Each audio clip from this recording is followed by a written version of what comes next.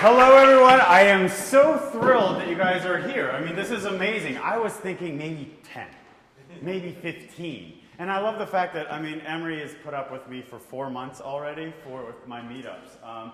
I'm Will Johnston. I'm with Tiny House Atlanta, kind of a group that I have came up with. And what I've been doing is just keeping the conversation going. I've been wanting people to come together, see where you are in the process, and also know what you want out of this. The first meetup I did, a lot of people were saying, I had this one woman say, I just want to own a house. That's my goal. Me, I don't want to have any debt. You know, so there's a huge spectrum of why we all want tiny homes and why it interests us. So I'm just doing a quick little why I'm interested in the tiny house movement. Sorry, the people that have already heard this before, but you're gonna hear it again. And how I kind of came to where I am today of getting this group together and what we can do to move it forward within Atlanta. And I want to say thank you to my panel now. Ironically, I've met these folks via either 1 degree of separation from someone else, or I ended up at their house at a party. So, and so they just kind of got stuck with me. And I always test people now if I want to actually make them a friend or of an interest to keep them in my life, I'll bring up tiny homes. And if they want to keep talking, I'm like, okay, this is a good person. Otherwise, they'll end the conversation and walk away. So it's a great conversation starter or a great conversation killer.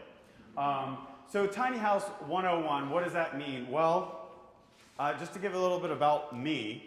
Will this go? All right. So a year ago, I quit my job and went to that was 10 years ago. Last year I went to New Zealand. And I went backpacking and worked on vineyards, and a lot of the things I kept noticing were these tiny home containers and tiny home living within New Zealand. And so that caught my eye. Spent 3 months in New Zealand, enjoyed it. I highly recommend it. Sorry, I'm kind of like, my back's to you. I highly recommend going to New Zealand.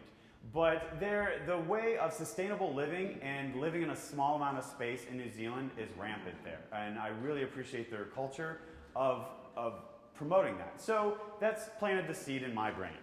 3 months later, I came back to the United States, and I didn't get a job. I kept doing side jobs, couch surfing, living with friends, but I kept seeing tiny homes, tumbleweed, come up on Facebook, and so I kept digging and seeing about this whole movement of understanding that, oh, you know what, that sounds really nice, to build a nice house for 20 grand, be debt-free, and do a job that I like to do, but not make as much as corporate money wants me to do and get, but I can still save enough for, retirement, travel, family. So the interest of the whole idea of the minimalistic, simple lifestyle really appealed to me. So I kept pursuing it. So I have really drastically reduced my possessions. I sold my car. I got rid of 3/4 of my apartment. I don't own an apartment yet. And I'm looking to buy a house near the Beltline soon, a tiny house. So I also, I went through another organization called Lead Atlanta about 3 years ago, and it's a great leadership group within the city of Atlanta that helps the next up-and-coming community activists, lawyers, CEOs of businesses really be involved and understand we do need to be more active in the community. And so that tiny house movement and what I kept reading about it and what it was doing in other places, I was like, okay, I need to keep this conversation going within Atlanta. And then obviously traveler, I've traveled Thailand, I just got back from New Zealand, Europe extensively, and I want to be able to continue that and not have to go work a 9-to-5 job and not be able to travel because someone says they need me in that chair for so long. So again, I think what the tiny house movement means to me, we'll go to, this one. What it means to me, freedom. That's one explanation of what appeals to a lot of people. It's financial freedom, freedom to travel, freedom to grow with your life. Minimalism, you don't need that much stuff to be happy. We live in an age of consumerism. So why do we need a 2,500 square foot house when the norm 2,500 square foot house, I think, for a family of 2 now, is it? Or 4? But back in the day, it was only 800 or 1,000 square foot. Building community, I really like the aspect of what the tiny house movement can do to reinvigorate what communities can do for each other. I'm really looking forward to hearing Brian talk about that with the SCAD pads and what type of community that built with his outdoor areas, because we can live small but experience big with the people around us. We don't need to live together, but we live close, and we can have a community garden, we can have a community space that we all share. Now, I don't know if we need to create some sort of app to test people that we, it's like a little dating service, like, do I really want to live near this person? But I figured I like surrounding myself with like-minded people of the tiny house movement. I find myself to connect with a lot of people who have the same values. Also, the job aspect. It gives you the freedom. If you don't need to make as much money to make yourself happy because you already have a smaller space to take care of, you don't need to keep saying, oh, I got to get that next promotion. I'm not saying don't excel in your career, but I'm saying you could actually do something you want to do and make a good living and not have to feel like, oh, I have to stay at this job because I have to spend or have to pay off my $5,000 debt in credit card bills, blah, blah, blah, blah, blah. And then also just the creative design aspect of it. I mean, back in the day, the pioneers built these small little cabins in the woods. I mean, tiny homes existed way before this concept of ours, but they lived in them, and they were on foundations, and they made it work. Our concept of being able to take a small space of 160 square feet and make it move, make it bend, make it pull down, push up. I love that idea of creative thinking of making one space, 40 rooms instead of just one room of purpose. So, going back to so just to get a quick hands, how many people are familiar? Is this your first kind of experience with tiny homes? Raise your hands. First experience. Okay, good. What about, you guys been looking at this, researching it? I know what I want. I'm just not sure how to do it yet. Where are we with that? Okay, good majority of people. I just did a quick basic layout because the tiny homes that I've been studying, and we'll get to this on the panel, is that in Atlanta you can't build on foundation between a certain square footage. But our little loophole is the trailer. So we love the fact that we could build a house on a trailer, and it's 8 feet wide by, I don't know if you want to do 16, 20, 24, however big you want your tiny home. But then only a certain amount of height, because you want to make sure it gets under all the bridges and overpasses in America if you do choose to move frequently. I'm trying to think what else. Going into my research, and I don't know what other people have found, it's just been fascinating to see how the tiny house movement has been an answer for a lot of different questions. So, for example, homelessness, a new type of income, revenue source. So this one up here is the concept that I believe Portland is doing. They're building a tiny house community for the homeless. And it's not a free endeavor for just the homeless to go live there, but they have to pay rent. So it gets them back in society of being a part of society and getting them back to a job, owning a spot, and taking care of it. So it allows them to get back on their feet. I'm jealous because I really like the layout. You should really Google Portland, the Portland tiny house community for the homeless. This is, I believe, Austin, and this is the Portland Tiny House Hotel.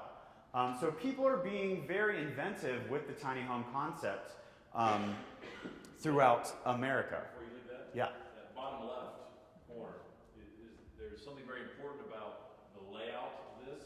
Ultimately, one of the things that drives sort of urban densities is the relationship of the automobile to the house.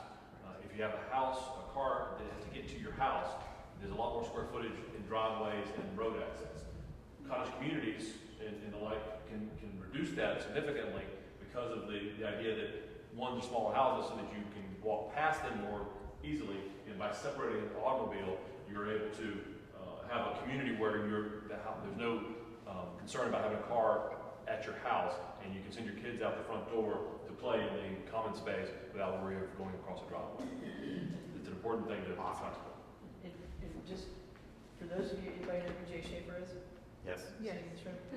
That left corner. Is this the Sonoma? Yeah, that's Okay. Sonoma. I think he's calling that Goliath. Yeah. So this is Jay Schaefer. I believe he started Tumbleweed. Yes. Yeah, but I don't think he is part of Tumbleweed No, he's anymore. 4 Lights now. Okay, it's Four Lights. So this is in Sonoma Valley, California. Thank you for reminding me what the notes are in the PowerPoint. So this is just kind of fun to wing it as I go. I think I have one more. Wake up. Oops. So this is the Hiker Hostel in Dahlonega, Georgia. I saw it online, and my friend said, "Let's road trip." I'm like, done. So we got in a car, drove up to Dahlonega, and what he did is the container home fact. I love container homes. They are, I mean, I've heard both spectrum, and I'd love to hear opinions. They're easy to do, or they're not. And so what he did, though, is take four 160 square foot containers and turn them into a luxury bed and breakfast, basically, type, and they're $55 a night. So I recommend going up to Dahlonega, Georgia, to have a romantic weekend with your significant other, because the interior is all pallet wood, planed. Again, he's using recycled material, reducing carbon footprint. I mean, there's a whole reason of why people are going small and tiny. And the last one down here is, I want to say it's Blue Moon in Oakland, Maryland, which is funny. It's near my parents' farm in Western Maryland. And so what they've done is create tiny homes tiny cabins that people can rent for summer, winter, fall, and have a nice getaway. I would recommend Googling that as well, because what's great, and I think Brian could talk to this too when he talks about SCAD, of what the fun, creative interior design you can do with a tiny home, because less space, maybe a little bit better material, or a little bit more creative with the design. I mean, I just really appreciate the creativity that the SCAD pads had, and then also what I've seen and come across throughout my research. Going back to the reasons why people want tiny homes, there's a little bit of sustainability. They want to reduce their carbon footprint. They want financial freedom, and I think it's also, the biggest one is financial freedom. I keep Googling it, like out of all the millennials, it seems to be very big within the late 20s, early 30s demographics of just not having a huge financial burden. So groups in Atlanta that I've come across, I was hoping Dan was going to be here. Dan, I want to say his last name's Lachey. He has tiny home builders in Marietta, Georgia, where you can, he has all the supplies there. So if you're wanting to build tomorrow, go call Dan. Just Google him, you'll find him. Do Tiny Homes Builders, Dan Lachey, and he has all the materials, and he can either help you build, or you can build on his premises. Jamil Williams, which I was hoping she was going to be here tonight. She said she was going to be. But she has tiny houses in the Big Peach. She did a couple of great articles in a couple of magazines that's getting the conversation going in the Northern Arc. And I think her goal is, I believe she has some land in North Georgia, and she wants to create a tiny home community up near past Dahlonega. And then, of course, me, I'm Tiny House Atlanta. I also have a meetup group. We meet once a month, and again, it's just the conversation starters. Last month, I took people to Life Cycle Building Center, which is in Adair Park, and they are, I would say, a great resource for people who want to reuse material. So their premise is, they go in, if you want to renovate your house, they'll go in and demo it, but make sure it's saved, and it doesn't hit the trash, it doesn't go to the dump. Then they resell it or donate it to other nonprofits for materials that they could use. So my goal and next steps would be to build a tiny home on an educational and marketing platform with LBC, trying to use as much recycled material as possible. Just again, reducing the carbon footprint and seeing how well that makes. You do have to be patient on that aspect, as we all know, because if one wants to build right away, then you go buy new. But if you want to build over time and build it with a bit recycled materials, you have to wait till that gem kind of pops up instead of just being impatient and going and buying new. Life Cycle Building Center, and they're in Adair Park. Yep, yeah, they're great. They're open, I think, Tuesdays, Thursdays, Fridays, and Saturdays. Tuesdays, Fridays, and Saturdays. He's on the board. I love having these people here.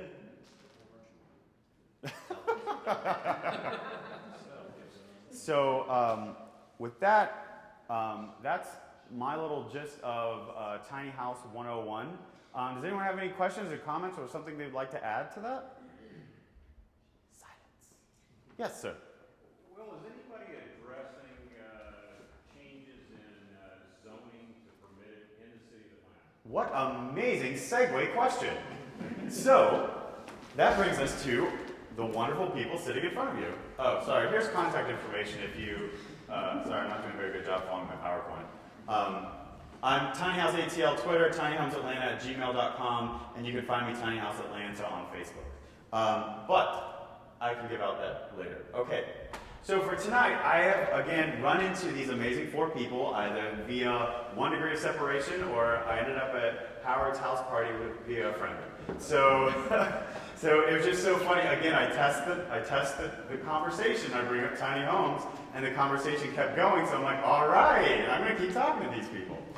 Same with Robert. He kept coming to a number of functions that I was working with, like the Piedmont Park Conservancy and Chattahoochee Riverkeeper. Again, all around sustainability, community building, and stuff like that. Elizabeth, and I'm not doing your bios yet, and I'm sure I will.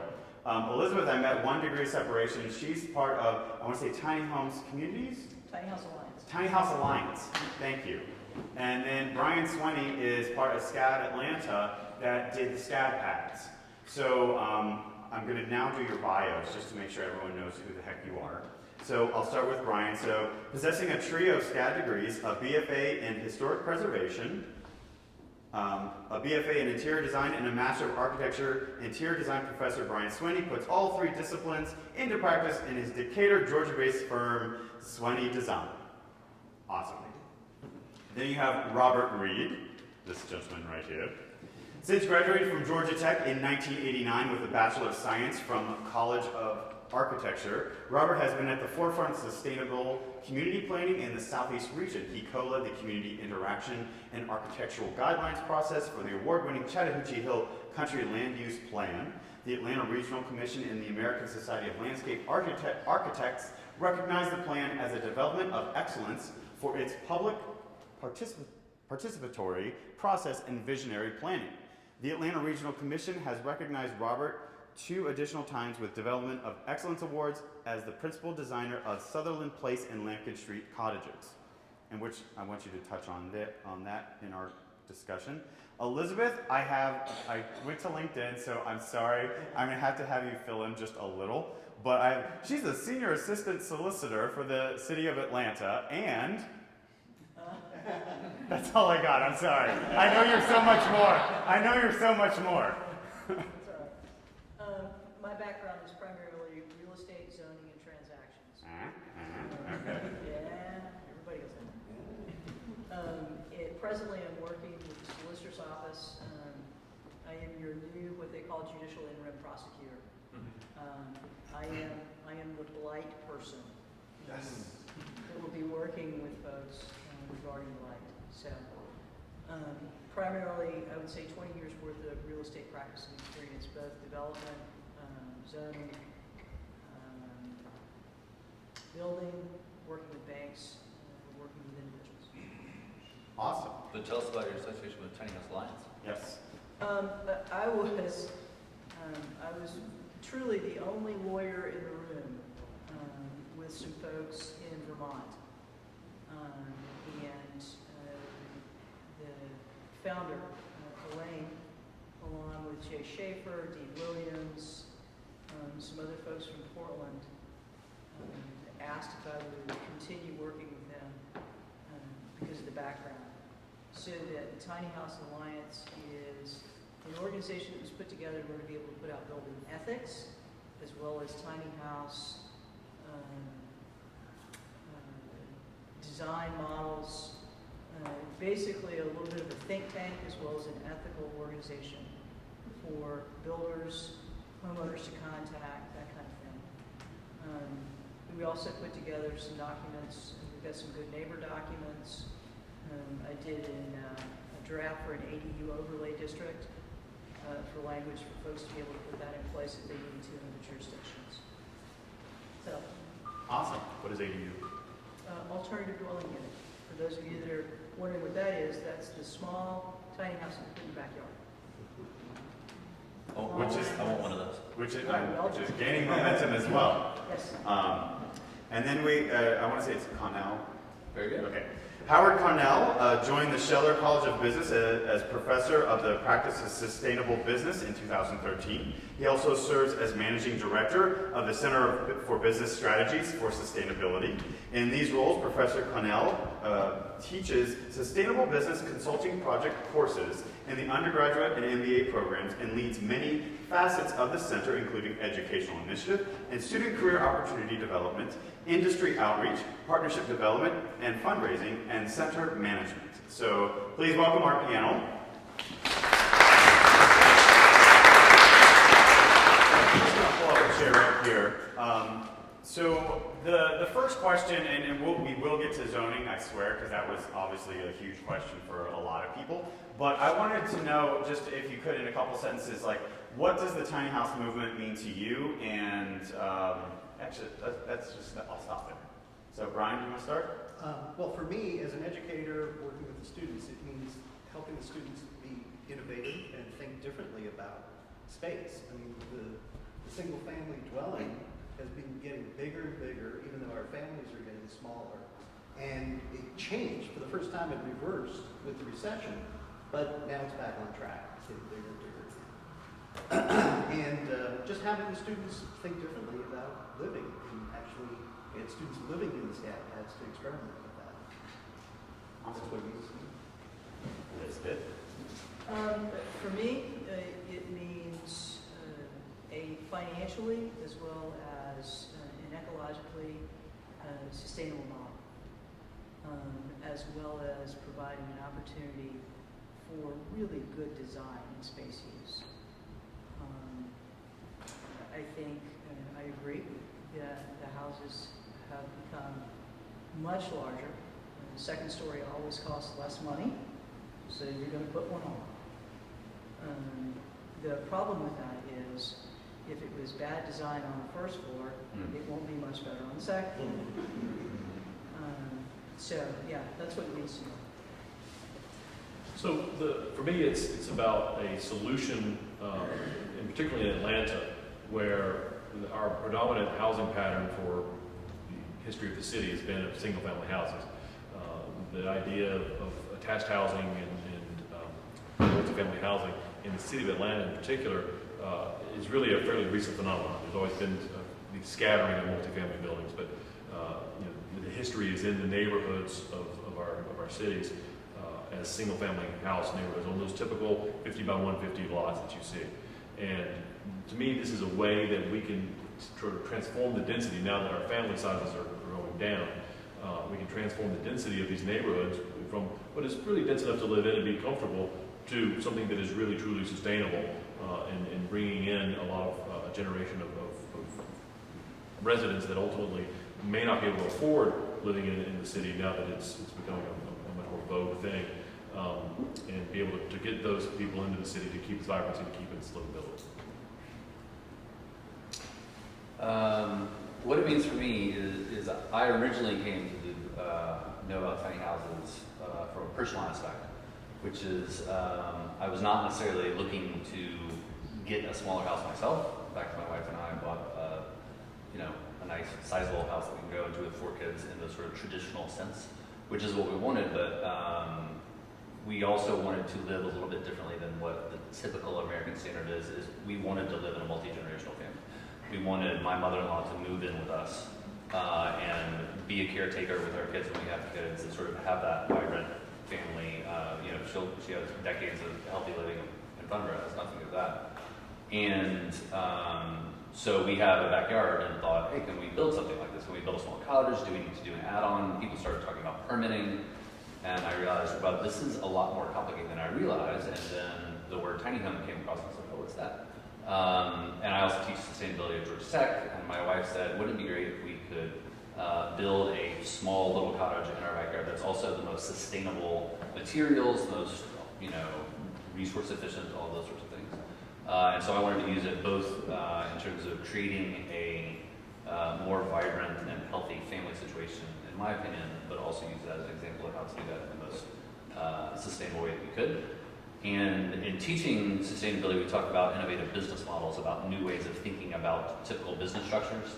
So in residential, Airbnb would be a good example, or Zipcar cars. People talk about shared resources, the way that businesses create value, and the way that consumers and users of things sort of interact with where they spend money and how they create the lives they want is changing very rapidly. And I think this is an area where we've sort of been on a standard model of growth in residential units for a very long time. And this is a way of just creating another way of living and opening up people to, it doesn't just have to be the way that we're talking about, but it seems like the American dream is. Amen. I want to touch on what Robert and then what Brian and I mentioned before, and then I swear we're going to go into zoning. But the I can read zoning ordinance right now. yeah, he's got it. He's got it. In fact, that was one of the first conversations Robert and I had. He's like, "This is the reason why you can't do this." I'm like, "You're really depressing me, Robert. I don't know what you're talking to me for." But I wanted to focus on the last little tidbit of what you said about the community aspect of redefining the community, and I want to know also and pick up what Brian noticed with the SCAD pads. And is everyone familiar with the SCAD pads? Okay. Melanie, do we have that on here, right? So Savannah College of Art and Design. Actually, Brian, do you want to speak to it real quick? Go ahead. 2 years ago, the Department of Building Arts, which is everything from furniture design to architecture, we wanted to do something. We wanted to do something innovative. We wanted to get the students involved. And some of the educators came up with a concept with a mixing of as many of these disciplines as possible: preservation, architecture, furniture design, interior design. And we came up with, we saw what the problem was, and it was a historic preservation problem. It was talking about parking decks and how people were driving nuts. And so we need some pictures. So what's happening is less people are using the parking spaces. And I forget the exact numbers, but there's a lot more cars than there are parking spaces. And with what, Uber and all these other things that are happening now, sharing of cars is happening more and more. And the newer generation, they're not buying cars. They're using public transportation, all these things, which are fantastic. Lived in New York for a while, it works great there. So the concept was, what do we do with these empty spaces? Instead of just tearing these buildings down, because they're inhabitable spaces. So the concept was, can we make a living unit out of a parking space, a 8x16 module? But a key to it, where we did some charrettes, where we had architecture students, preservation students, and my interior design students got together. And the key to it was that public space as well. It's not just the interior space, because 135 square feet can be claustrophobic. We put beautiful windows and we located it in a parking deck, and so we had these fantastic vistas. But a key to the whole thing was actually using the interior design planning module, which is based on the concept of, you know how the CEO's office used to be in the corner. But the new interior design concept is that's that shared space. That's the meeting space. That's the break room. So we actually did that with the parking deck. And the parking deck then had your one space was your interior space, and every SCAD pad also got one clear parking space that they turned into indoor-outdoor type of space. So here are some of the. Actually, go back. Where is it? So here's. I'll let you talk. Sure. Well, you could maybe just look through a few. So the key was that we had these shared spaces in between every unit, and then we had some composting stations there. So this was a public space, but it's also a semi-private space. And then we had different units. We created 3 different units. Each one was expressing a different SCAD campus throughout the world. And this one was Paris. Is this Paris? No, I guess that one was Savannah. Because it was Japan, or it One was Asia for the Hong Kong campus, one was North America, and one was Lacoste for the French campus. I think this is Now, the key here is we scatify these things. Personally, I'm more of a minimalist in this, and I actually lived in the most minimal one, which is still scatified and crazy, full, beautiful interiors. So we had different alumni and different SCAD students work on these projects to put their furniture design in there, put their fabric design in there, put their art, and everything was kind of pushed in there. So I lived in the one on the far right, which is the most minimal one, which was North America. Now, the key also was that then we took that corner space, and that was the community area. And so we had one community area that was in that far corner where everybody could just get together and talk. And then we had another open community area that was more towards the enclosed portion of the deck. I don't think there's a picture of it. And that was another sheltered, let's get together, have a barbecue, or just share some conversations. So yeah, that's a great plan to show that keys, the corner space there was an open corner, and then where it shows 2 cars being parked there, we turned that into another shared space. And each unit was the same module, very simple. The bathroom was just 2 feet 7 inches by 8 feet 4 inches, but it all worked. And where'd you put that? well, we separated the water so that we did have gray water, black water, and we had tanks. We were working with the parking deck, and we had a 30-day lease agreement that we got from the city. And so it just really went into holding tanks, and it was more or less kind of like a porta potty company clean it out. And then the gray water we used to irrigate some gardening space that we had. And we had a shared community vegetable garden to the right there. So you can go out, pick your vegetables, go back into your unit, and have a salad, cook up some dinner. And what was the water source? Well, the water source in this case, now in terms of sustainability, that part of the experiment was not as successful as it could be. It wasn't an experiment, it was something that we tried.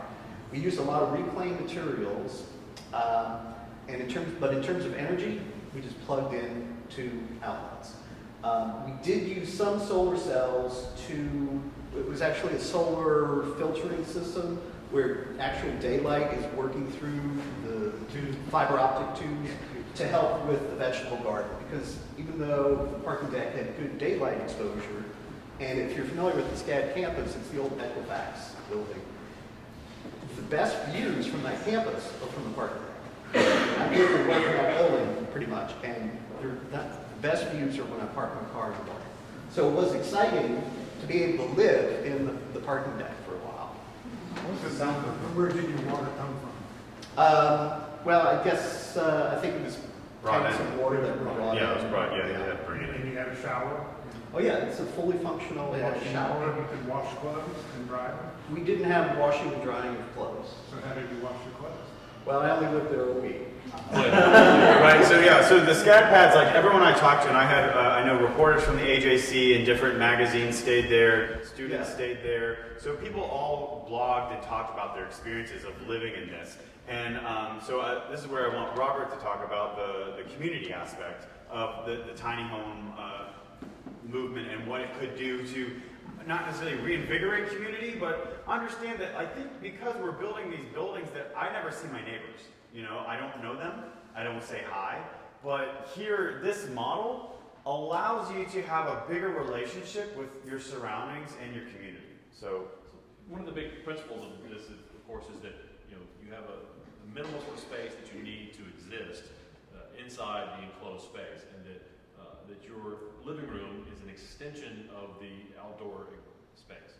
And as was mentioned, and that needs to go in a gradation. So you have public space, which is sort of the street or the sidewalk in a traditional neighborhood. Semi-public, which would be your front yard, which is everybody can see. Semi-private, which would be your front porch, sort of that area, and then private, which is inside your house. And of course, there's gradations inside of that as well. And so what this is successful at is that while the corner space is public and everybody can walk into it, there is a gradation of private space, which is your the exterior sort of porch area, parking, or the area of the parking area. But by having the private semi-private space next to what is effectively a semi-public space, the sense of area is enlarged because you're able to see over the hedges and whatnot. But then, well, the point of all this is that you can have all these spaces and have that gradation of privacy in a very short amount of space if you plan it well. And so by having that, you don't need an acre full of land to get your privacy.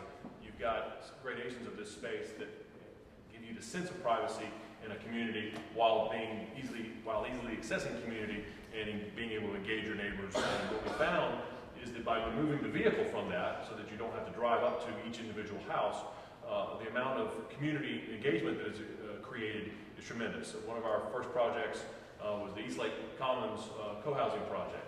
And Greg Ramsey, my partner, was the designer of that project. And it was, you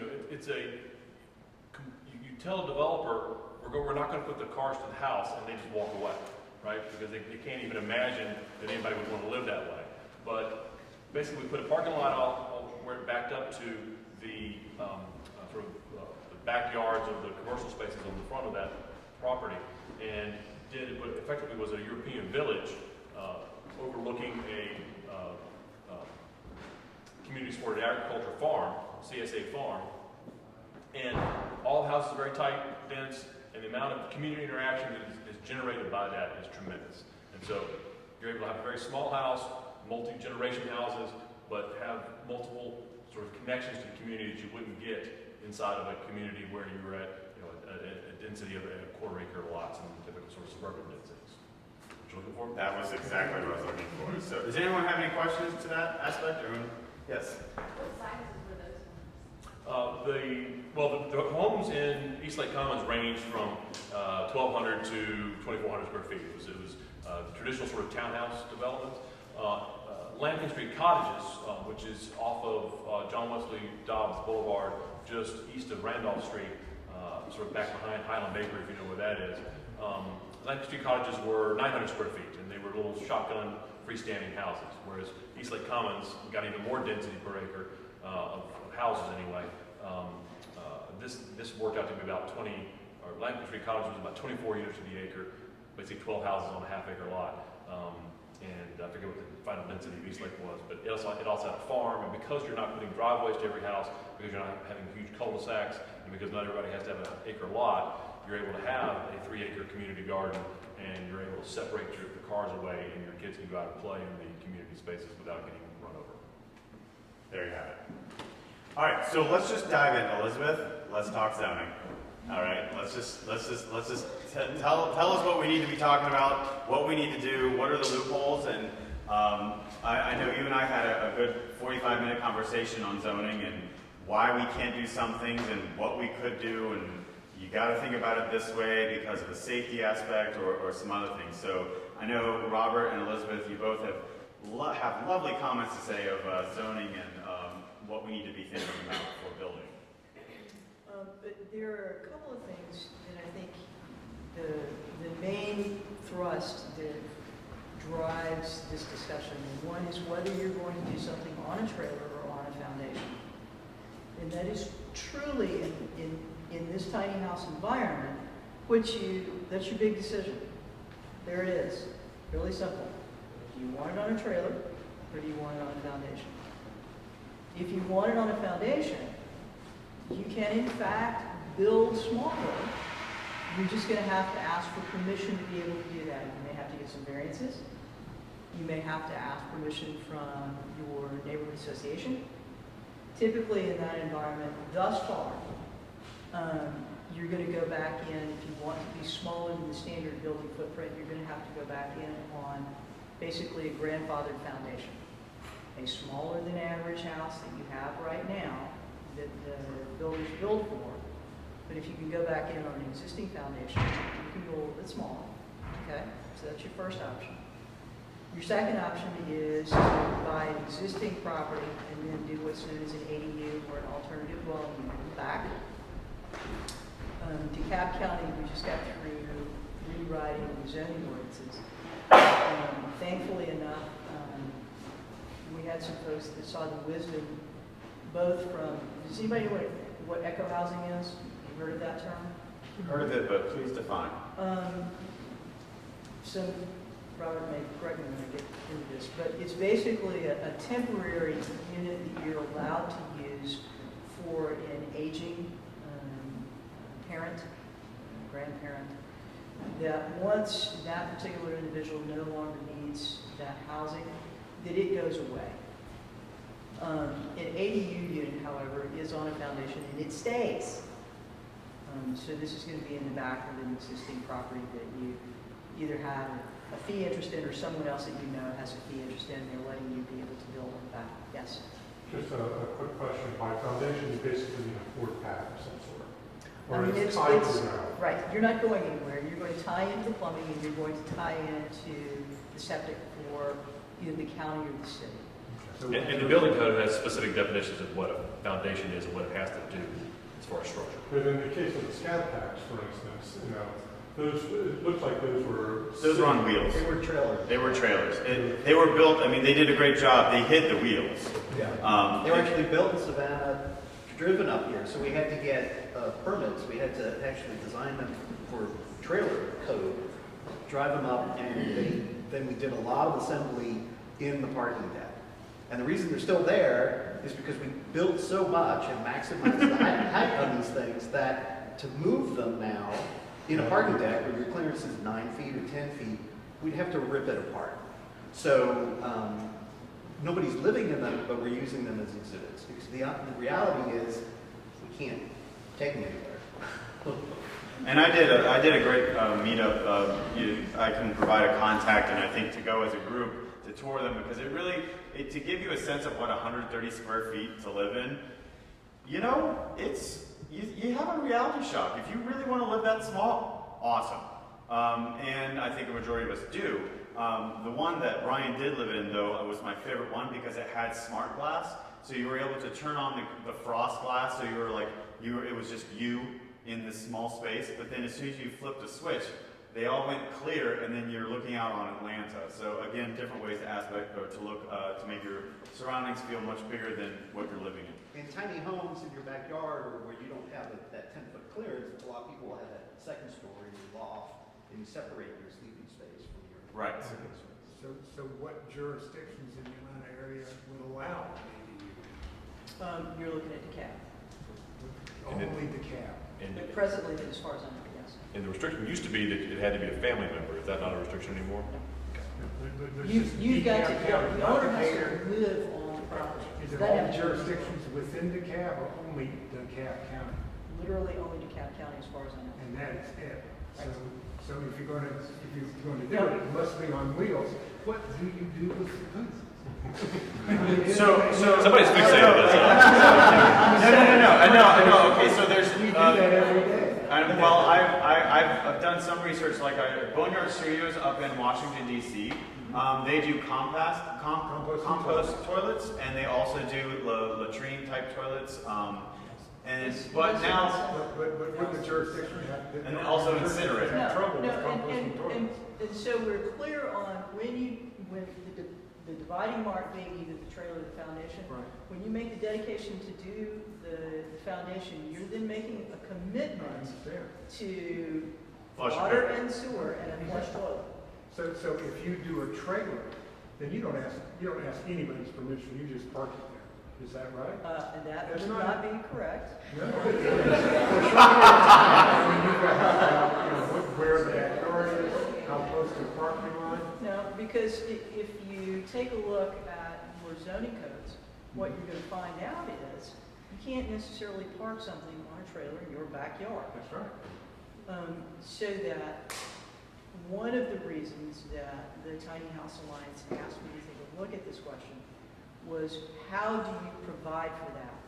How do you provide for the neighborhood that takes a look at this and says, we'd like to be able to offer this as an opportunity to people that live within our neighborhood. Typically that's done with what they call an overlay district, meaning that you provide in a set of guideline documents that are approved by the city that say, yes, in this defined area, we're going to allow X.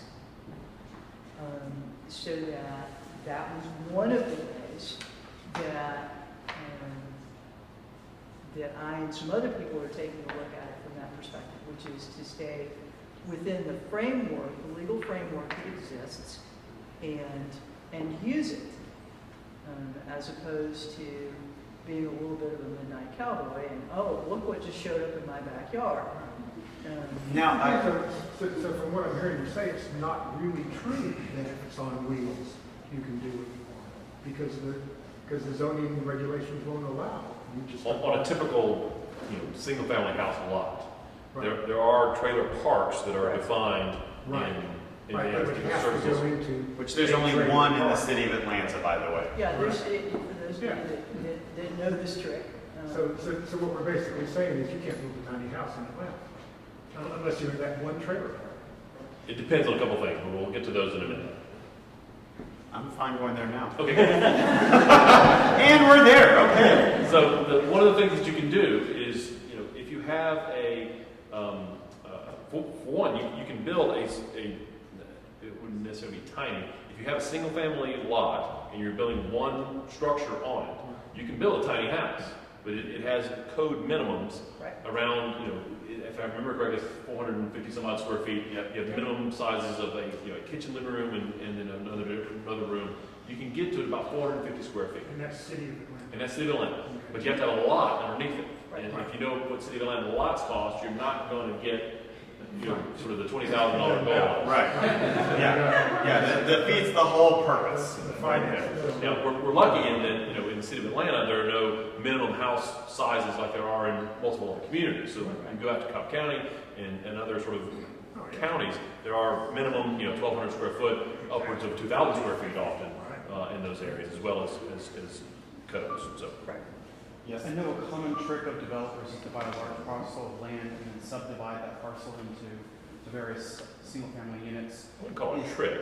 Well, one of their Business line. Yeah, business logic. There. So, is that an avenue for someone who may look to do multiple tiny homes on a single property to subdivide out minimum quantities of land to be able to put multiple tiny houses on what was once a single plot of land in the city?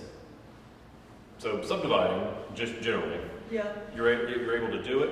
I don't know, I'm I asking. mean, it's a possibility, but the reality is the zoning ordinance also has lot size minimums, Okay. generally speaking.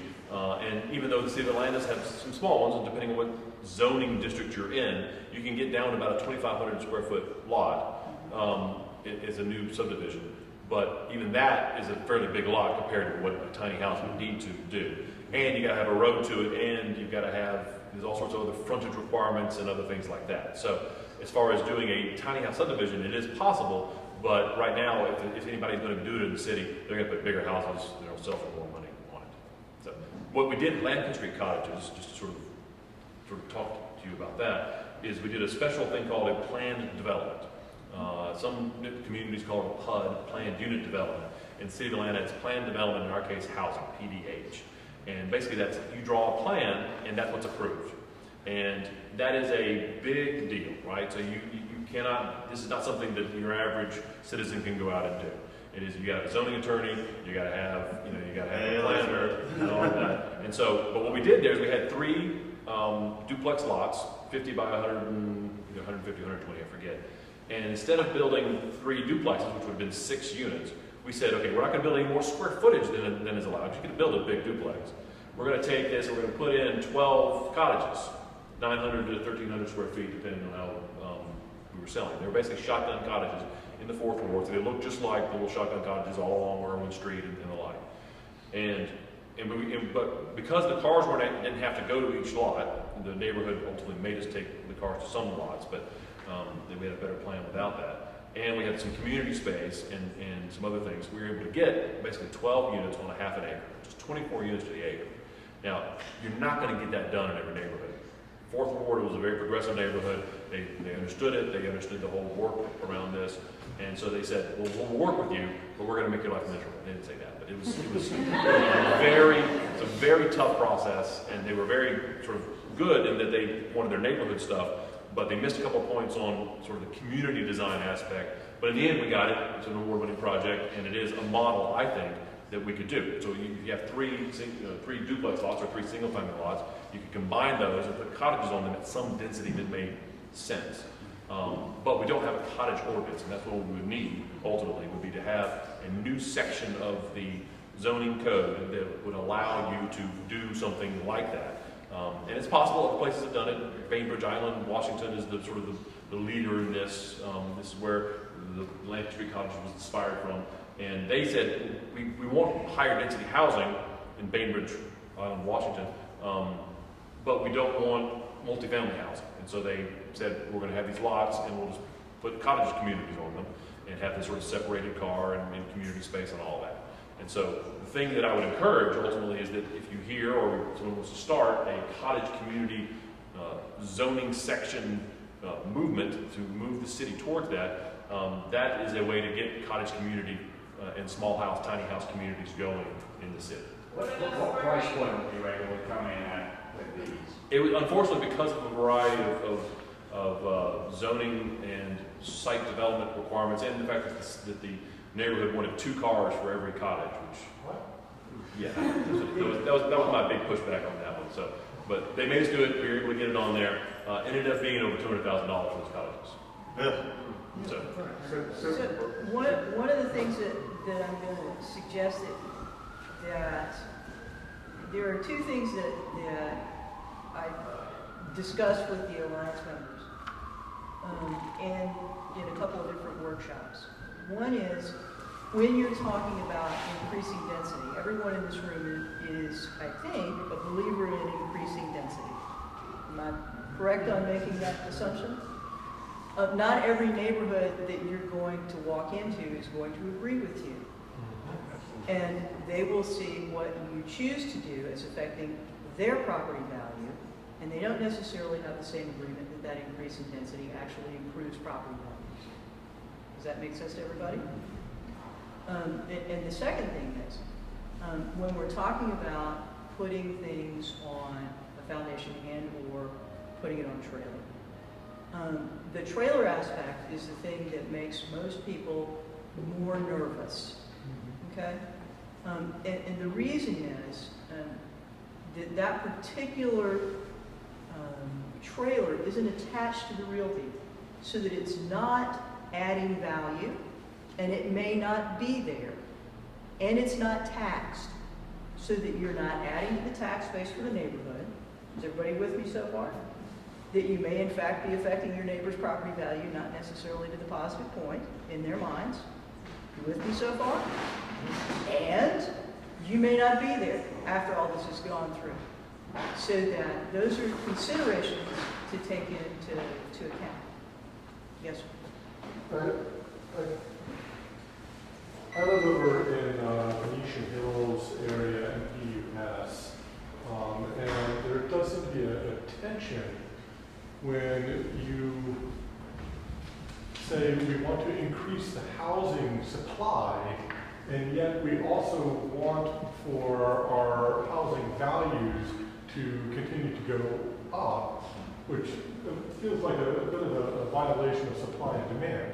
I mean, if we're adding to the housing supply and we're explicitly trying to do that in order to help keep the city affordable, then it's hard to, with a straight face, also say that simply adding to the supply is going to, I mean, I agree, I want the city to have more people of all different incomes to be living here. I think it leads to a more vibrant community. But you can look to places like San Francisco where they make noises about wanting to have more people there, but when folks actually attempt to bring in more housing at the types of densities that you would need to really affect the problem, they're like, well, but wait a minute, what's happening to my property values as a result? So it just feels like there's a contradiction in terms built in whenever you say, all right, we want to make it nice, we want to keep land values up, but we also want to have enough so that there's everybody, it comes in. I mean, how do we address this problem? How do you I'm looking at my left. I think what's going to happen is what you're going to find is that as the city, as the metro region continues to, what's the word, municipalize, where we have Brookhaven and everybody's got a city, dominating the city, and, right? All that goes on. Livingston Hills, etc. Exactly. Yeah, sure. Who knows it? The Lakeside, which was just a high school, if I remember correctly. Right. They're going to ultimately, all those cities are going to limit the multifamily zoning that they have in them now, if they have any at all. And that's the trend, that's where they're going with it. Ironically, what's happening is the only place you're going to get multifamily zoning is in the city of Atlanta. And the city of Atlanta is embracing it and has very strict rules about how it gets built. And what you're going to start seeing is, oh, there's multifamily housing. Oh, and it's very expensive. Oh, we need more. And it's going to force more neighborhood gentrification as it goes. This is a pattern that's happened in other cities. Atlanta's actually behind the curve on this compared to multiple cities. But as far as adding housing, the sort of concept of a cottage and an accessory dwelling unit is how you do this. And so it doesn't necessarily detract. Maybe a trailer is a debatable sort of issue. I'm just, This is what people are saying. that's why you bring it. But one of the options we do have that is a legal thing inside the zoning ordinance is you can build a tiny house in the back of your house as you sort of want to do. But it cannot be a separate living facility for a separate family. And so a kitchen cannot have a stove, effectively. And so what you can do, or you put this in your basement. I had a house, single family house I built in Lake Claire, single family zoning. But I put a guest suite, 2-bedroom guest suite in the basement, and did not have a stove, just had a sink and a dishwasher and a microwave, basically. And I rented it to an Emory student. And technically he was a roomer because he had to come into my house to get through to it. He didn't come into my living space, he came into my garage. But those sorts of things are the things you can do to sort of add the density. That's in single family. In in two-family, R5, which is duplex zoning, there is this nuance that I have yet to confirm. So here's the option. This is where we talk about zoning. All right? So a two-family dwelling is a residential building containing 2 dwelling units, but which is not defined as a duplex. Okay? A duplex is 2 residential dwellings within a building which either share a common wall, and they go on all about how they can be attached. The primary pedestrian entrance shall be located no higher than the main floor level, and the architecture can be architecturally articulated and visible. So it has all these other sort of regulations. So there's this nuance to a difference between a two-family dwelling and a duplex. And the way I read this ultimately is that, and they talk about this in another piece of the two-family dwelling code, is that you can have a two-family dwelling as long as one of the units is not greater than 750 square feet. So what that means, the way I interpret it, and I've not had anybody confirm this, I don't think anybody's tried to do this, is that if you've got the majority of our duplex zone neighborhoods actually only have one house or one dwelling unit on the R5 duplex zoning lot. And so theoretically, what I'm reading in this is that you can add a 750 square foot addition to your dwelling that makes your dwelling a two-family dwelling that would allow you to build that unit separate, attached, and you'd have to share a water meter and have to share electrical meter. Probably you can get your own electrical meter, but you would have share the sewer tap and share the water supply line. Don't say that. Don't everybody go down and do that tomorrow. Don't freak out. But If you're zoned R5. if you're zoned R5, which many of our neighborhoods, the purpose of R5 zoning, I continue to read that too, was to provide for the medium density development, to encourage neighborhood maintenance and preservation by allowing the conversion of large single-family homes to two-family use.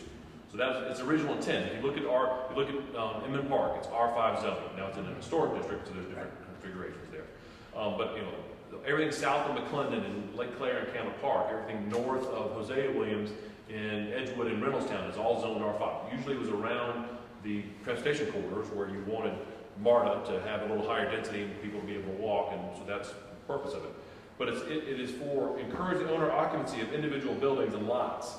And so the idea is that if you can have that, then theoretically you could get either another unit that you live in and rent out the bigger house, or you rent out a smaller dwelling, or you have it kept in the family. So I'm in the process of trying to get that confirmed, and whether or not that is, I'm able to do that is up for debate, but we'll please. And those houses don't have to share a party wall. They can be separate structures. You know, it's not that clear, but what it just, you know, that, in that definition, it says a two-family dwelling is a residential building containing two dwellings. Now, they don't define a building as being one that is, you know, not surrounded by yard. So there's some vagary in that, and that's sort of where they have the opportunity. Perhaps they're addressing carriage houses, detached garage apartments, with that? Well, only in R5 zoning, because technically a carriage house in a single-family zoning can't have an independent kitchen facility. It can't be a separate family thing. You can have it like I described it as a guest house. It's a guest house or guest rooms, how it's defined in the zoning. Okay, so I'm going to veer away from zoning just a little. Please. And I want to bring Some people. So there's lots of people. So let's talk. I want to bring Howard into the conversation and talk about sustainability, and also Brian in building and design. So Howard, with all of your, and I know you said, you know, of what your experience with tiny houses, like this is what you want to do, but what with your teaching sustainability and innovative thinking and in design, how would you design a tiny home to be more sustainable? Is that a fair question? Not to put you on the spot. No, it absolutely is. I think, I mean, you brought up the Life Cycle Building Center. Before I was at Georgia Tech teaching sustainability, I found out about the Life Cycle Building Center actually through a high school friend of my wife's. It's a really, really great operation that is rescuing all these building materials that are very valuable that would otherwise be going to the dump and offering them for significantly below market value. The person who first approached me about it, seeing if I would either be involved or give money. I didn't understand it very well. Didn't commit to it. Finally went down there and saw it. And I thought, man, this place is really, really cool. And now that my wife and I bought this new home that needs a lot of work, we're trying to do, I shouldn't say it needs a lot of work, it's a great home, but we're trying to do a lot of things to it, that I go down as a customer to the Life Cycle Building Center probably twice a month, and have saved already thousands of dollars from using a lot of great dealer there. I think a lot of this is about all this just thinking about the way that society has gone, both to be more suburban, more consumer oriented. We moved to big box retailers. People are going to Home Depot and Lowe's, and that's like where everything is. But if you think about, rather than just having the standard, you know, 2.3 children and the 2,500 square foot house, and I have to have this job, that people, young people especially these days, are just looking at, let me ask questions about how I'm doing these things and how I'm building my life and everything else. And so if you're looking at how can I either build a tiny home in my backyard, or how can I find a way to afford a house, because all these traditional houses in Atlanta, which is where I want to live, aren't affordable, find out about all these resources, find out about the Life Cycle Building Center, about the habitat reuse, about, start talking to people in these groups, start to understand the zoning laws. I think a lot of the people that tend to gravitate towards tiny homes also gravitate towards alternative ways of thinking, and thinking, you know, the structures that are here, I'm against that, I don't like that, and sometimes want to just build something and park it in somebody's backyard that does sort of tick off the neighbors or the neighborhood association or the code writers. And I think it's more important, rather than just trying to sort of go off the rails on something that's innovative, to understand what the entire community is talking about, for us to have these discussions and to do that. So that's not a technical answer of how would you build it, but there's that, and then there's also just educating yourself on what all of the most sustainable opportunities are, understanding where materials are coming from. One opportunity is also to look at the more sustainable building standards. So LEED certified building, Earthcraft certified building, what is called living building, which is sort of the most extreme version of that. Talk about the distance from which your materials can come to your work site. Wow. They have to actually be sourced from, potentially forests within a certain 100-mile radius or 250, I don't know what the distances are, but just to educate yourself around what are the standards that people are saying to be a more sustainable living structure. Here are the types of things that people tend to gravitate towards, and use that to inform your decision making. Awesome. Real quick side note: has anyone seen the show? It's on FYI, Tiny House Nation. Okay, good. So I applaud them. You know, I think it's funny because, you know, they have the builder, and then they have the guy. I'm like, are you sure you want to do this? And you know, of course, they got to create drama and some sort of reality TV.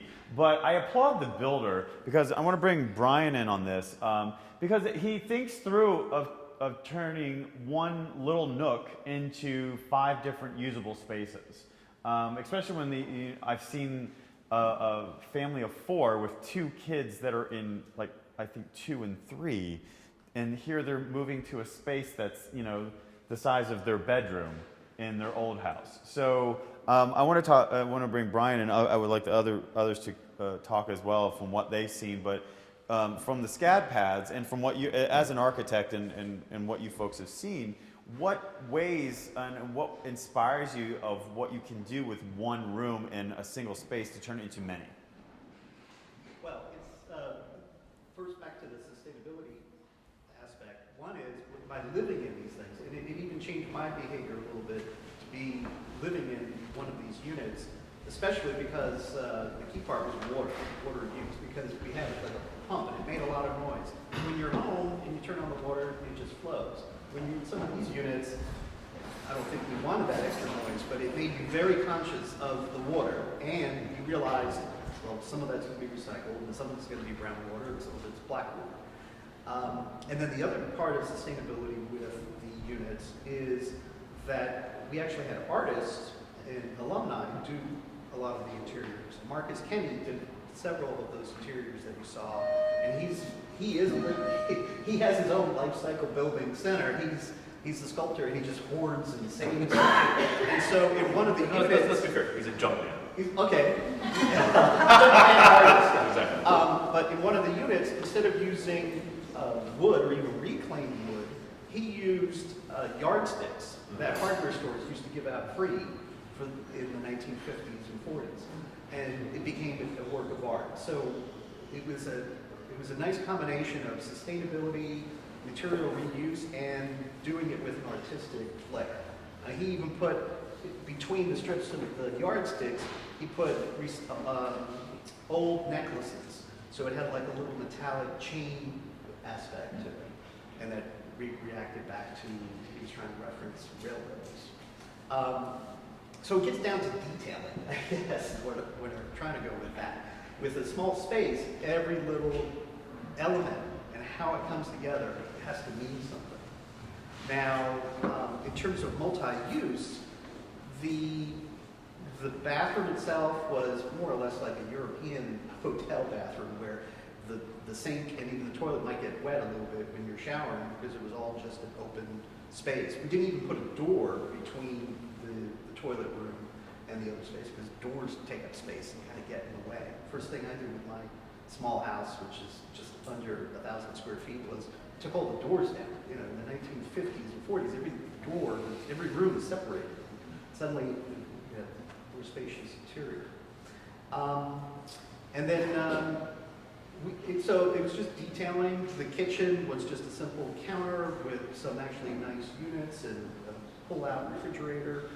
The multi-use didn't happen throughout the whole unit as best I thought could happen, although there was some interesting things with the walls and the fabric, and some students actually had the fabric would pop out and you could put a book or a nook there, or it became shelving.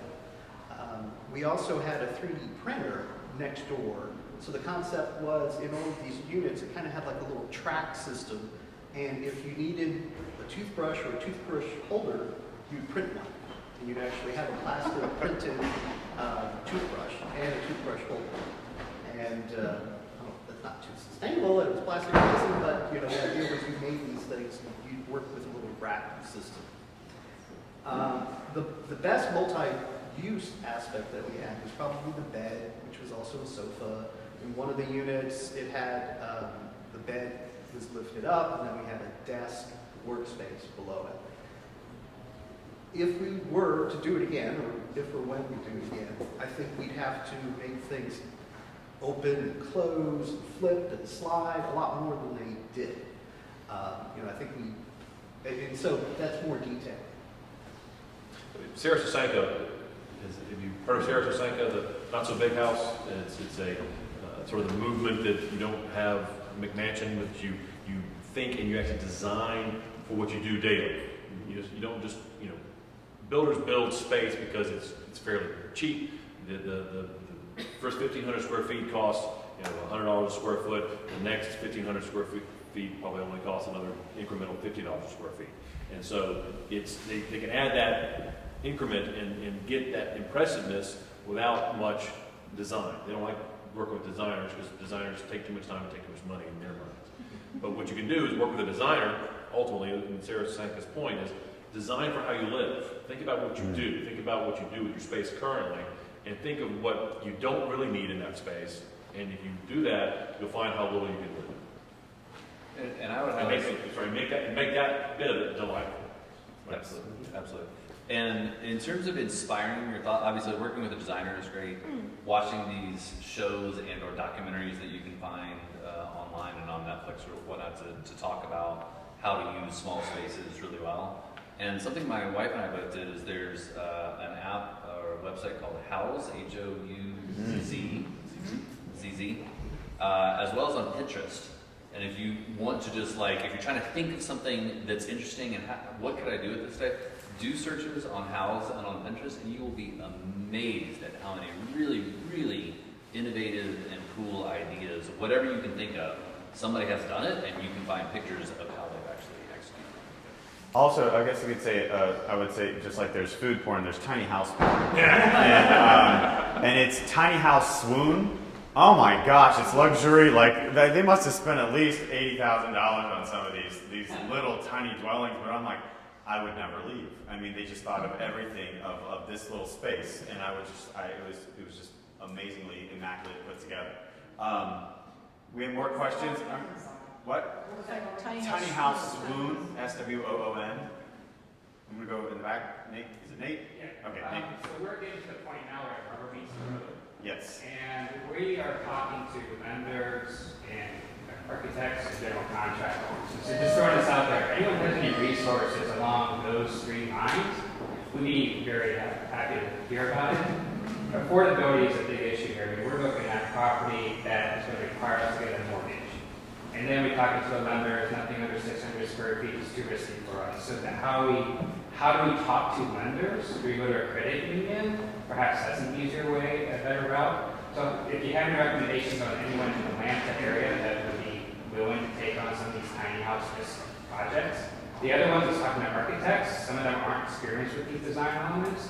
Also, they're going to increase their fee because frankly they're doing all the design work for a very small place. They're putting a lot of effort in, and your budget is pretty small, so their percentage is not going to really cover their time. So they're going to add a premium.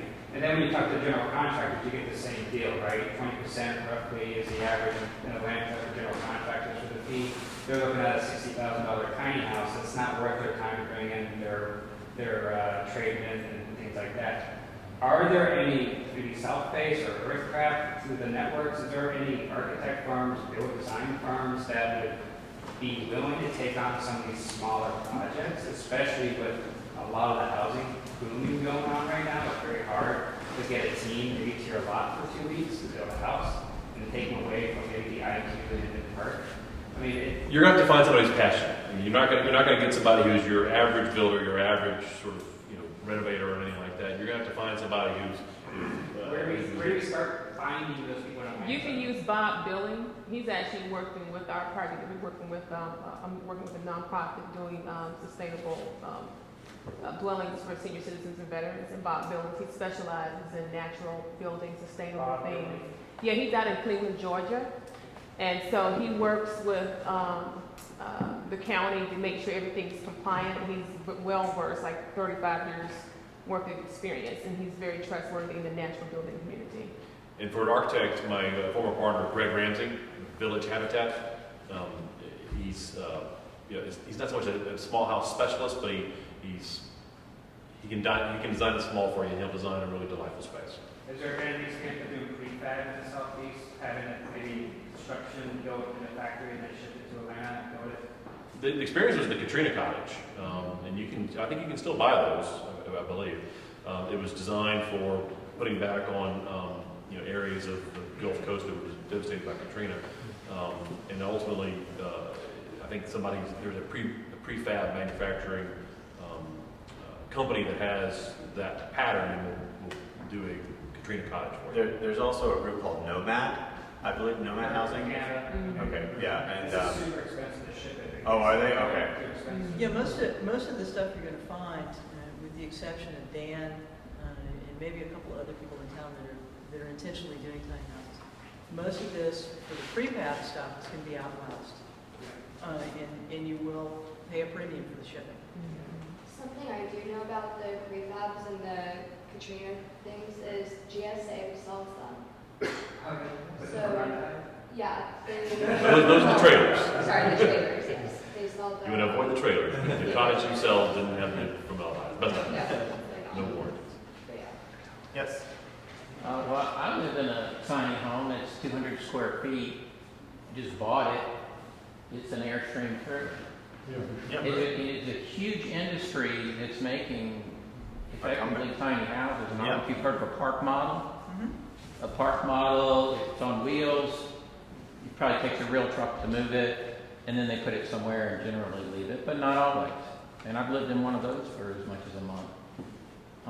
Why wouldn't you just manufacture these things and deliver them to the site? Many people do. I mean, many people do manufacture tiny homes, but there are I was actually hoping Brian Preston. He's actually in prototype right now. He's in Villa Rica.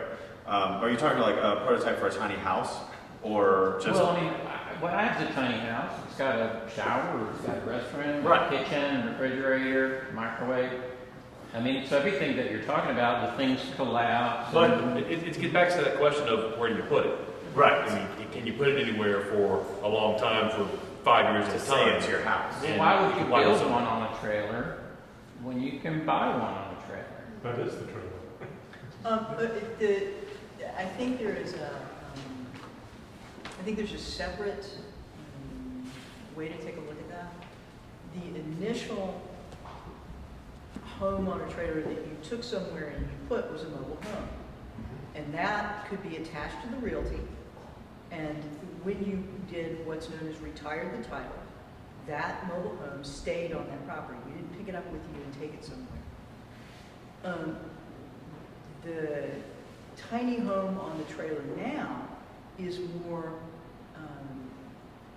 it's a different design. It looks more like a house as opposed to something you're going to drive down the road or something a box that you're going to drop. But a park model doesn't. The things that you see coming from Four Lights, from Tumbleweed, from the Chris and Melissa Tack House, when you take a look, the Tall Man's Tiny House, when you take a look at those products, it's on a trailer, but when you walk up to it, it truly looks and feels like when you walk in the door, a stick-built house. And I think there is a difference between the folks that are doing Airstreams, those that are doing the conventional 1970s, Mobile home. mobile home. And then there's park model. And then what I would like to consider the new version. I don't know everybody else's, and I would love to hear your opinion on this. All housing gets a refresh. At some point in time, what was old becomes new again. Smaller footprints are coming back. I would like to think that the tiny house on the trailer is now a revision of what used to be a mobile home. I think RV parks have their place. They always did. We shuffled them out. I think now we're beginning to see that they can come back in. But I think those are all different types of housing. Does that make sense? So that just because it's on a trailer doesn't necessarily mean that it's... Well, a mobile home is a kind of a different thing. But they're all tiny homes. A mobile home's not even a tiny home really, but a park model is and an RV is. And it's entirely suitable for living. There's a community out in Gwinnett at Jones RV Park. And almost everybody lives there and just lives in their RV. And it's a model that really works. You can just go down and buy a used one for $10,000 easily, and you can get a nice one for $50,000 and live in it. And that's what I do. And I would just say, and you do, and many people do, but there's obviously, based on this discussion and the success of the tiny house movement, there are people who are looking for something that model doesn't fit. What's the difference? And That's that what my question was really. What's the difference? Well, so I guess how I would react to it differently right now, like, because I would like to live within the city of Atlanta. I don't want to live in Gwinnett. So, and it goes back to us talking about, and for what you said about, I want the artists and the people who only make $15,000 a year, but they add so much to our city because they are eccentric and they need to stay within our walls because it makes it a city. Instead of making everything worth $150,000 they can't afford, we ship them out to the suburbs or we ship them out to a rural Georgia that's where they're supposed to exist, and then they can't contribute to what makes Atlanta great. Now, I'm not saying, to each their own, definitely. And it goes back to what Elizabeth said too. I don't know if I would want an Airstream and or a mobile home parked next to my tiny house. When I imagine a tiny house community, I want to see little tiny homes that look like little homes all in a row. Well, that brings me to something I was going to ask earlier. I started to raise it. What's the legal framework that allows us to constrain how big a person's house has to be? What's the legal justification? It was housing. It was public housing, I think, where they said they wanted to make sure that the ceilings were 9 feet, that a bedroom had a window. So I think that's where a lot of the zoning ordinances and requirements came in. And then It was the anti-tenement movement. Anti-what? Tenement movement, the tenements that were built in New York before zoning, before all this, truly horrible places.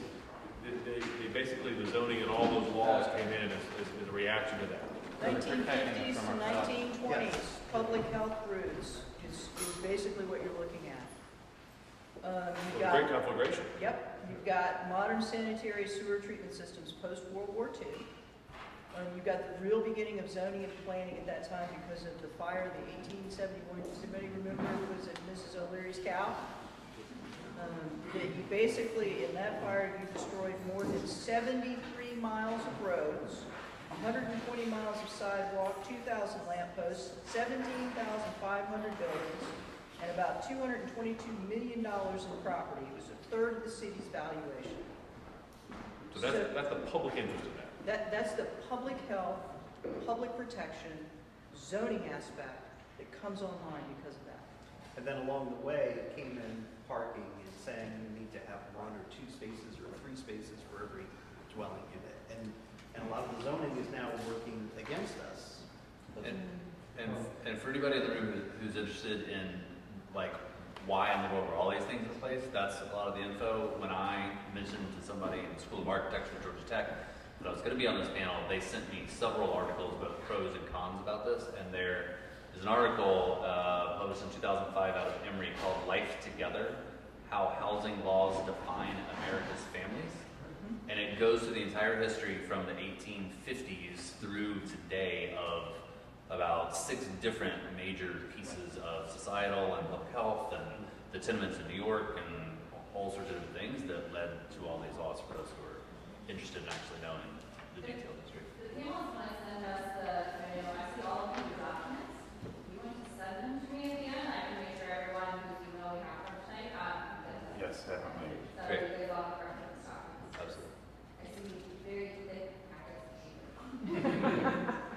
In terms of design and also, because I'm glad you brought that up, I wanted to point out that the question of living in a tiny space has been addressed again and again in terms like mobile homes, Airstreams, also ships, other places. So you can go to sailboats, exactly. So you can go to. You can live on Lake Lanier. Exactly.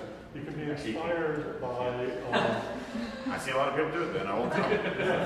You can be inspired by life in places where the constraints are sort of built in. You've got to drive down the road. To got to float, on a lake or something like that. So if you're looking for some additional design ideas, certainly you could do a lot worse than go back to the history books, and just see what have folks done. Because the big house movement is really, historically speaking, very recent. So. Yeah. I am curious, how many of you have actually done downsizing now? Say that again. Downsizing. How many of you have actually done downsizing? Has anybody done the 100 Thing Challenge yet? Good what? 100 Thing Challenge. How's that? What is that? The 100 Thing Challenge is you only own 100 things. You get it down to exactly 100 things. And that includes counting everything. Is that counting everywhere? Yes, and it counts per pair. To backpack or piggyback, that's what I was trying to say. There's also the 333 challenge, which is own 33 articles of clothing for 3 months. Again, it's the minimalist, but continue, Elizabeth. Sorry. Right. One of the things that as you get into this, one of the things that you will also hear is folks that have downsized, and then they move on and they do the 100 Thing Challenge. I get kind of tickled if you Google out on the web, you can see that Dee Williams did the 100 Thing Challenge. I think she's actually got a picture of herself outside a tiny house with, basically her 100 things, if I remember correctly. But No, 200 for the two of us? No. there are a lot of discussions in the 100 Thing Challenge of does silverware count as one, or do I have to count all 4 pieces? Does, undergarments count as one, or do I have to count them individually? So, there are lots of fun kind of debates about it, but truly, there is the 100 Thing Challenge.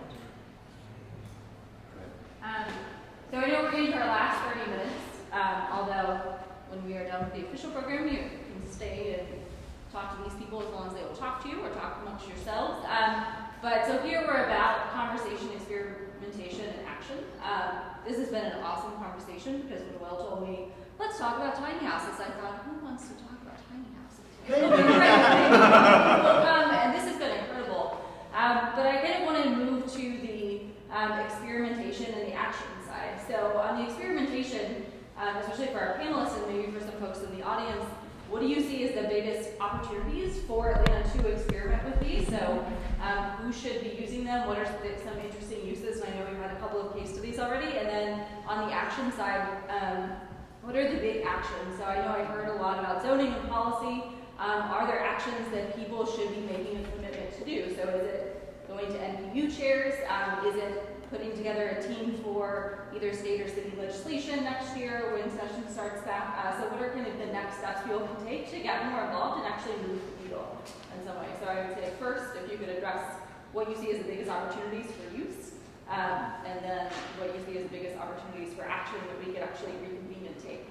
And then I think that's we'll let them answer, and then we'll just go to let's all talk again. And then basically after they answer, session's over, that we can, please stand up and run. I know everyone's very patient and sitting.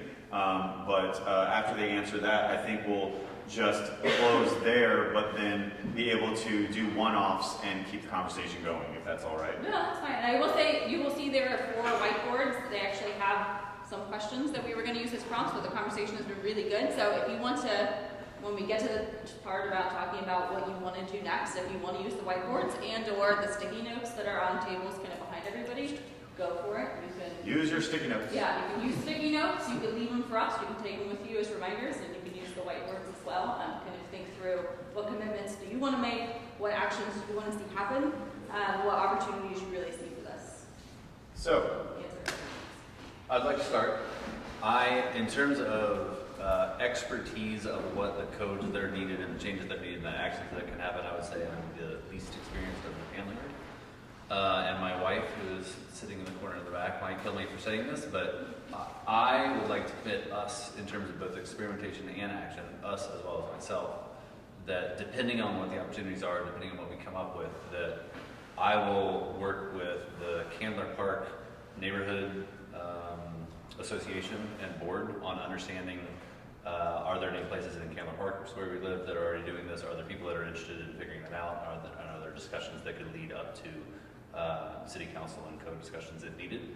I'm on the board of the Life Cycle Building Center, so I will talk to the Life Cycle Building Center. If anybody's interested in knowing more, please let me know.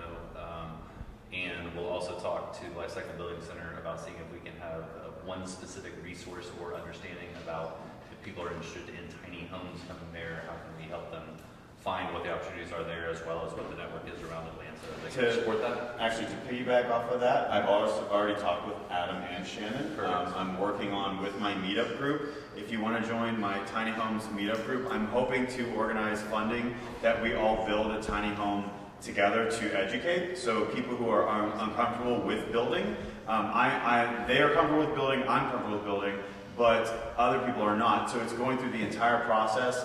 I'm hoping to start by March of next year if I get all the funds in place.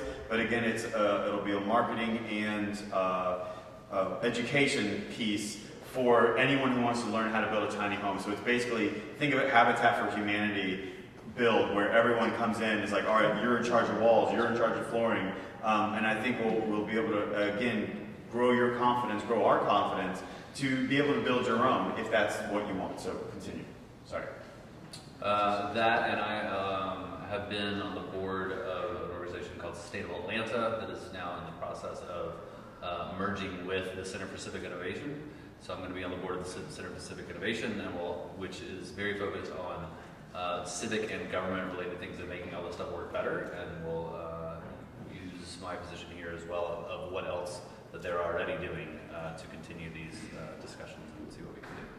So I don't know what is needed, but I'll commit to, based on where we go with that, on trying to support that. Anyone next? We've already sort of committed to figure out the issue around the 750 square foot two-family dwelling, whether or not that is something that is just sort of a remnant in the zoning ordinance, or if it is something that is meant to do what we're talking about for tiny houses on duplex zoning lots. And also be willing to, if someone was interested in, people were interested in doing a community, a compact community or tiny house community ordinance, we have models that we have developed for another project. And while I don't think the city would be welcoming to this right now because they feel overwhelmed with a variety of planning issues, the city is talking about a new zoning ordinance at some point, and whether or not that actually happens, we'll see. No skepticism, no cynicism there. It is what it is. But having that included in something new, or having it be added to the zoning ordinance as a standard, is something I'd be more than willing to sort of help people find the right voice in. I'm going to work with you on that. I've committed myself in front of everybody. And on camera. And on camera.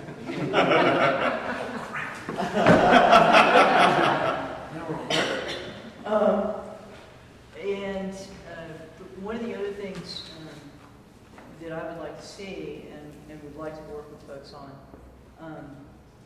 I think the Beltline is an absolutely home run hit for some kind of a tiny house project or a tiny home product. You've got some lots over there that are the right size. Is anyone here from the Beltline? I heard they were supposed to come tonight. Negative. I'll send them the video. We'll make sure they get the video. I think that's just it's asking for lots of wonderful, innovative things on the Beltline. This would be one of them. So that I would commit to opening up that discussion with folks. And the Beltline overlay, which mainly applies to things more than single-family homes. Theoretically, they could amend the Beltline overlay to allow this sort of thing to occur within existing communities.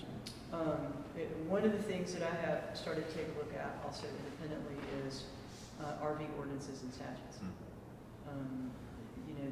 The truth of the matter is that you have already in place that which would allow you to do this. And the problem is we're not allowing any more RV parks in the city of Atlanta. Yes. Yeah, yes. So, you know, what was old is new again, so. And I'd like, before you go, I'd like to add the Beltline thought to the Lifecycle Building Center thought. What about building a great community-educated product where a bunch of people come together and learn how to build a tiny home, and it's on video, and it's at the Lifecycle Building Center, talk about reuse of materials. The Beltline is actually going to, the southwest loop goes right past the Lifecycle Building Center. So then move that to maybe the already completed and open loop so that it can be there and be both an educational thing and then show the community what these are and how to build them. Well, and I'd like for the students at SCAD to help build or design. Done. And be part of that process. There you go, Nate. Students. And then also as a professional architect, I'm interested in pursuing a different type of tiny house. Awesome. Are there any of you that are interested in building on your own? Wow, that's excellent. Any of you ever heard of a school called Yestermorrow? Say that again? Yestermorrow. Yeah, it's in Vermont, and they've got a one-semester program teaching you the sustainable product, how to build a tiny home. Wow. Was that Dietrichson? No, he is a different. He does his own thing, and he shows up, and you can work with him for a week. This is truly a semester program. Okay, so take a look at that. Before, I was going to say, we're talking about what we'll commit to, but I'm curious either on the panel, and I don't have any of this information, I don't know if you guys do, or within the audience, what do you see is needed for action to support that people in the audience might be willing to commit to as well? Right. For me, actually, one of the challenges has been, sure, I have an apartment, I want to be smaller, but finding furniture that supports the tiny house life. And if you're trying to do the sustainable thing, tiny house for a little bit of right, it's been a huge challenge. It's not something that's going to be huger challenge. So can we try to start finding resources for, we build a house, but where are we going to put it? Well, I mean, that's also goes with Brian's and the design part, where you build your furniture to the walls. You build your furniture into the house.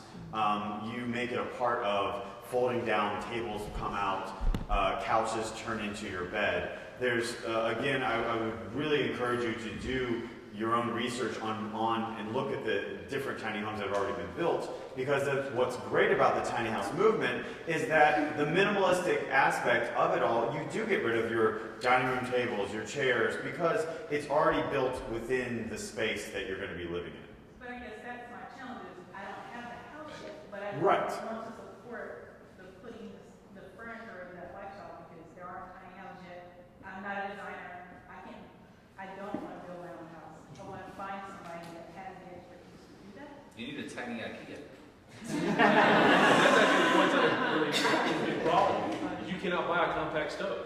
IKEA does not have a 2-burner stove. You gotta order that online, and you have to go to boats and shipbuilding places really to get it. There are so like other things that talking on that aspect. So people are using a lot of sailboats, heaters and burners and other things like that. Again, but unfortunately, they do have to be ordered. There's also and I can't remember, Emery, what was the stove / sink / thing at the Paces Academy tiny house? This contraption was fantastically amazing because it was your whole kitchen in this little square. It was your stove, your sink. Yeah. Is it Avanti? It might be Avant, something like that. I mean, it was great. So again, it was all in one kitchen, and it had a fridge too. Yes. So people have thought through. It's not a wall. It looks like a stove, but it's your kitchen sink, your stove, your fridge, drawers, something. Okay, so I just say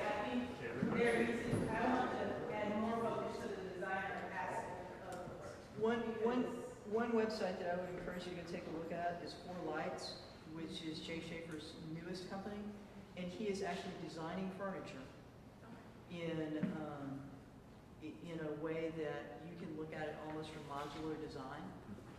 So that you literally, when you pick one of Jay's designs, you literally tell him what you want in the kitchen, and he slides the kitchen in the door, and you put it here. And fits through the door. And it fits through the door. Yeah, that's not it. I think it is modular design. Yeah. Take a look at Jay's Four Lights. F-O-U-R. So earlier when I said opportunities, this is what I meant. So we work a lot with entrepreneurs who are trying to make our city better in some ways. So some of them are doing social programs, other ones maybe are designers, maybe they're working sustainability. But there are a ton of talented people in Atlanta who are looking for what is a new opportunity. If they knew that there was a room of 40 people who wanted small modular furniture, that is an opportunity for someone to start a business. Or maybe start a better business than what they are doing now. So if you have other thoughts on what are opportunities, I heard someone talk about local prefab manufacturing earlier, like that is also a great one. So starting to really think through what is it people need, and is that a job for someone who lives here in our community who could actually do that for you? Yes. I hope that this qualifies as I want to respect that process. I think it's really valuable. You seem to be excited about tiny houses as a potential for affordable housing. Yes. As part of the kind of financial freedom. A lot of what I'm seeing isn't affordable, isn't in an affordable area, and doesn't have the kind of density that is usually necessary and very valuable in an affordable housing project. So I'm wondering what the panel thinks about using tiny houses in that application. If there is an opportunity or an experimentation there, what that might look like. Are there multi-story tiny houses? Is there some kind of a multi-family structure that could be very, very minimalist, but still kind of respect the density that needs to be created and maybe be a high-rise? Because what do you know about cargo texture? What do I know about what? Cargo texture. Very little. I can also address at the very bottom scale of tiny housing. I run a group called Mad Housers. We've been in Atlanta for over 25 years now, and we build huts for homeless people and give them away for free. They're 84 square feet, they'll be high, they cost about $500 a unit. And if you'd like to sort of see what that's all about, we'll be building one 2 Saturdays from now. But that's sort of the ultimate and affordable, low-end housing. There's a gap between our guys, our clients who are on the street, chronically homeless people with very serious problems, who in many cases can't qualify to even enter into the emergency shelter system because of the nature of their problems. Between being on the street and then actually winding up having your own place. And we've kicked out, in the past few decades, a lot of the rungs in the ladder that go from nothing to having your own place, even an apartment. Generally, for instance, when my guys try and move out of a hut, they wind up going into a boarding house, which hoovers up all of their spare cash for a really terrible experience. There used to be more of these. We've basically zoned them out of existence. There used to be more RV camps, parks like that. We've zoned them out of existence. There used to be flop houses. No. There used to be cage hotels. No. So there's an entire universe, at least an ecosystem that used to exist that doesn't exist. I'm very happy to see lots of people at our income level, who are embracing smaller housing, because I think that in a sense it will hopefully allow us to, it will create a space for us to work on housing for folks in lower income that still has basic dignity to it, and that folks can be proud of living in a small space. I think that's a very valid point of just because, and it goes back to the American consumerism when we want to show off, buy a car, buy a huge house, buy all the stuff we put in the house. And yet, why can't we be proud of a space that we live, no matter what size? You had pointed out that when you were talking about an example of we want a place where the artists can live, and I thought, well, we also want a place where the dishwashers can live. Yes, yes, the housekeepers. I mean, but then again, we do have, unfortunately, we put a class system ourselves of like where we think other people should live and where we think, where our own person should live. I want to be in if I'm able to work with the city of Atlanta to build a homeless, or not necessarily homeless, but a tiny house community. I want all aspects of life to live there. I don't want to just be like, this is where, this is the first rung up for the guys that come off from the Mad Housers. So sorry, Elizabeth, cargo something? You said zoning, which has the force of law. And people wanted to preserve the value. They're afraid that an area that has poor people becomes a poor area. Right. And this is a bit of an attitude and a bit of a self-fulfilling prophecy that I would hope that we can all perhaps commit to destroying that notion that living with folks who are not like us and who do not earn the same amount as we do is somehow making our life less. It's a very, very, very, very valid point. Just to keep on with time. Sorry, I'm going to let Elizabeth talk about cargo. Texture. So how many of you have seen the cargo containers? Yeah? Have you seen what people are doing with them to use them as building product? It's beautiful. It's fantastic. You can do lots of density. You can go up. You can go sideways. You can do all kinds of things. It's a little bit like Legos, honestly. And they're lovely. But not the single Melanie, what was the opportunities? Right? Opportunities? Anything else? Opportunities, right? Actions and opportunities. So, does anyone else have that want to make more? Sir, you had your hand up. I just want to find from the Board of Investment Atlanta, we do think about affordable housing at a broad level. I want to just kick a couple of numbers in which might help you on some of this.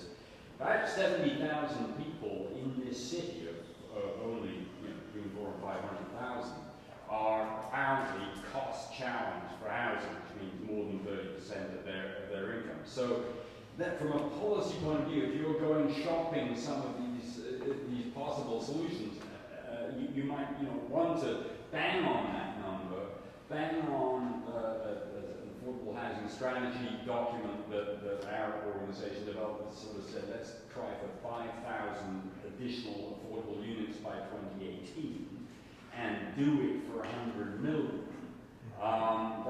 That's 20 grand a pop. Now that's not buying the whole thing, but that's contributing towards it. So you can't do that with the sorts of things that Invest Atlanta, frankly, has been doing recently, which is like giving $4 million to Centennial Post to put up, and to provide 40 units that will be affordable. And that is a yes. Thank you for bringing that up. So throwing that for some macro and a couple of you're working with the city and one of the things that I'll say to the gentleman's point of speaking a minute ago, I don't think you put all of the affordable housing in one square block. Right. You don't. And what winds up happening, I live in the U.S. Somehow, the shelters drift over into our area of town, and I understand why, because the land's cheap over there. It becomes this accumulation. You have a nice area of town, the property taxes and the land costs of the nice area of town make it very difficult to actually afford to build affordable housing there. So it has this sort of segregational effect without having to be explicitly segregational. You know, you can just be priced out. And when folks are talking about the difficulties of gentrification, this is what they're talking about. You know, we zoned ourselves and priced ourselves. We do need to distinguish though from what an affordable housing solution and the tiny house movement. Right. Yes. Because you're not going to solve the affordable housing Right, problem no, with the tiny house. but the tiny house movement can be an answer to a lot of different It questions. can open up a And- space to talk about. Yes. So it is 9 o'clock. Yes. I'm just going to mention one quick thing because I think a lot of people in this room would be interested in that the Atlanta Regional Commission for the past 2 years has been working on subcommittees about the regional competitiveness effort, and one of those is livable communities, and there's been a subcommittee of about 200 people working on this livable communities, which talks about bikeability and affordability and mixed socioeconomic and whatnot. So if you look up the ARC, the Atlanta Regional Commission, and livable communities, you're going to find a lot of information and documentation and efforts that you might be able to be either informed by or involved in. So I'm going to let our panel give one last hurrah sentence, keep it short, and then I'll close. And Melanie, do you have anything else to add, or? And then we can open it up for people to attack the panel or talk amongst yourselves. Don't attack the panel. Very nice of coming here.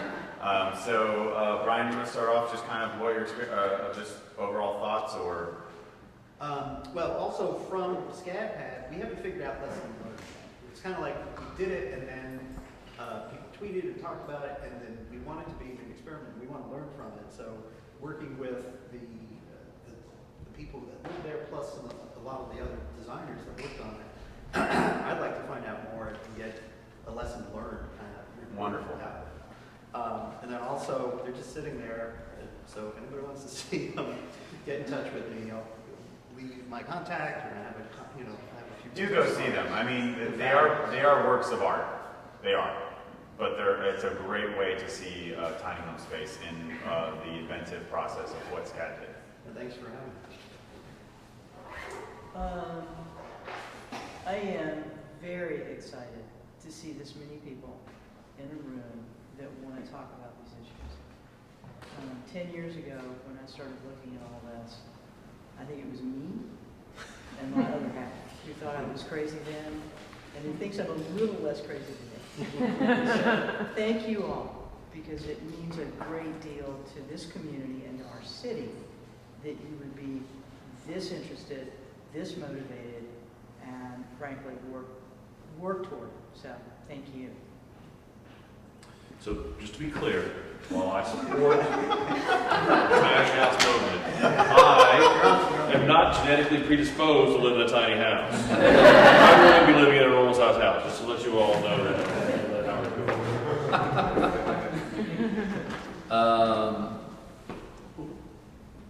Learn, do, share, and advocate.